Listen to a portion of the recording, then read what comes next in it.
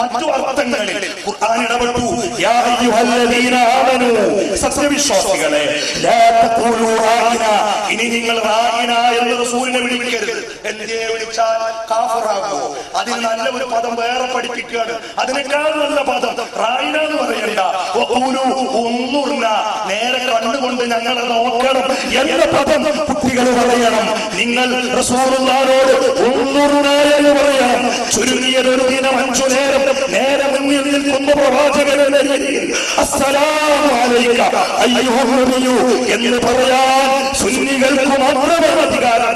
മരിച്ചവരെ വിളിക്കാൻ പാടില്ലാത്തവര് പിന്നെ എങ്ങനെ റസൂലിനെ വിളിക്കും? നിസ്കാരത്തിന് വാപ്പാന്റെ പേര് പറഞ്ഞാൽ നിസ്കാരം ബാത്തിലാകും, ഉമ്മാന്റെ പേര് പറഞ്ഞാൽ ബാത്തിലാകും, ഭാര്യയുടെ പേര് പറഞ്ഞാൽ ബാത്തിലാകും, പ്രിയപ്പെട്ട ആരുടെയൊക്കെ പേര് പറഞ്ഞാലും ബാത്തിലാകും. മുഹമ്മദുർ റസൂലുള്ളാഹി തങ്ങളെ വിളിച്ചില്ലെങ്കിൽ ബാത്തിലാകും. ദീനിന്റെ സന്ദേശമായി ഈ ഒത്തൊരുമ, ഈ കൂട്ടായ്മ, ഇവിടെ ഒരുമിച്ച് കൂടിയ മുഴുവൻ ആളുകളും ഒരേ ലക്ഷ്യത്തിൽ ഹബീബായ മുഹമ്മദുർ റസൂലുള്ളാഹിന്റെ മദ്ഹ് പറഞ്ഞ് അത് കേട്ട് പെരുന്നാൾ ആഘോഷിക്കാൻ വന്നതാണ്. അവസാന പ്രാർത്ഥനകളുണ്ടാവും. പ്രാർത്ഥനയിൽ പങ്കുകൊണ്ട് ധന്യമായ ഈദുൽ അദ്ഹയുടെ ഈ വിശുദ്ധമായ ദിവസങ്ങൾ, നല്ല ദിവസങ്ങളാണ് ഈ വരുന്നത്.